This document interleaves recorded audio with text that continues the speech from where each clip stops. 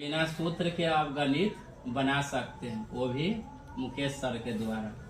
देखिए, इस तरह का क्वेश्चन आपको मैट्रिक्स से लेकर कंपटीशन तक के एग्जाम में बहुत भरा हुआ रहता है। ठीक है, तो बच्चे को अधिकतर जो प्रॉब्लम होता है मैथ में, वो सूत्र का प्रॉब्लम रहता है। अगर सूत्र याद है तो आप मैथ बना सकते हैं, अगर न याद है तो आप नहीं बना सकते। उसी को क्लियर करने के लिए हम एक वीडियो बना रहे हैं जिसमें कमजोर बच्चे को ज़्यादा फायदा हो सकता है।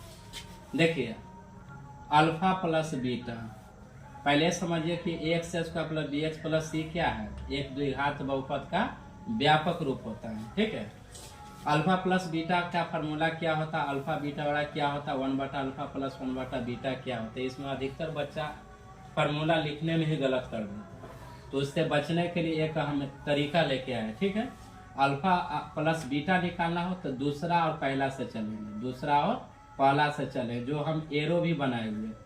ठीक है, अगर अल्फा बीटा निकालना हो तो अल्फा बीटा को गुणनफल कहते हैं, अल्फा प्लस बीटा को योगफल कहते हैं, और 1/अल्फा प्लस 1/बीटा को कहा जाता है व्युत्क्रमों का योगफल कहा जाता है, क्योंकि बटा का मतलब होता है व्युत्क्रम। तो अगर प्लस में निकालना हो तो दूसरा पहला का तुलना करना। ठीक है, अगर दूसरा पहला का तुलना करना हो तो दूसरा का सिर्फ चिन्ह बदलना है। चिन्ह किसका बदलना है? दूसरा का। अब कैसे चिन्ह बदलना है? प्लस है तो माइनस लिख देना, और पहला में एक्स के साथ जितना अंक होगा ना वो बटा में आ जाएगा। ठीक है, ये फार्मूला हो गया आपका रेडी। अल्फा बीटा निकालना हो तो तीसरा पहला का तुलना करना, तीसरा और पहला, लेकिन सिर्फ चिन्ह बदलेगा, दूसरा का ही चिन्ह बदलेगा। ठीक है, चिन्ह किसका बदलेगा? सिर्फ दूसरा का, उसके अलावा किसी का चिन्ह नहीं बदलेगा। तो अल्फा बीटा निकालना तो तीसरा और पहला का यूज करेंगे, तो तीसरा सी है, और पहला एक्स स्क्वायर के साथ कितना अंक है? ये एक्स स्क्वायर के साथ जो भी अंक होगा ना वो बटा में आ जाएगा। तो अगर प्लस निकालना हो तो दूसरा पहला से चलेंगे, अब दूसरा से जब चलेंगे तो चिन्ह बदल जाएगा। प्लस है तो माइनस होगा, माइनस होगा तो प्लस, पहला के साथ जो भी अंक होगा एक्स के साथ, ठीक है, वो बटा में आएगा। अल्फा बीटा निकालना तो तीसरा पहला का तुलना करना, तीसरा सी है, पहला है एक्स स्क्वायर, स्क्वायर के साथ जो अंक को बटा में। 1/अल्फा प्लस 1/बीटा निकालना हो तो हम दूसरा और तीसरा का प्रयोग करें, और जब भी दूसरा का प्रयोग करें तो चिन्ह बदल जाएगा, याद रखना। 1/अल्फा प्लस 1/बीटा निकालने के लिए दूसरा और तीसरा का प्रयोग करें, तो दूसरा प्लस में है तो क्या होगा?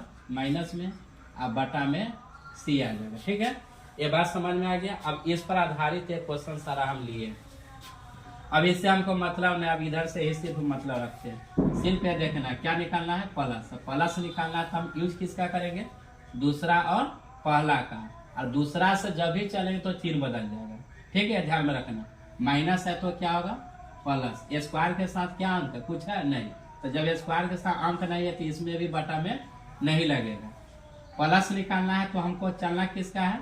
दूसरा और पहला से, तो दूसरा से जब भी चले तो चिन्ह बदल जाएगा।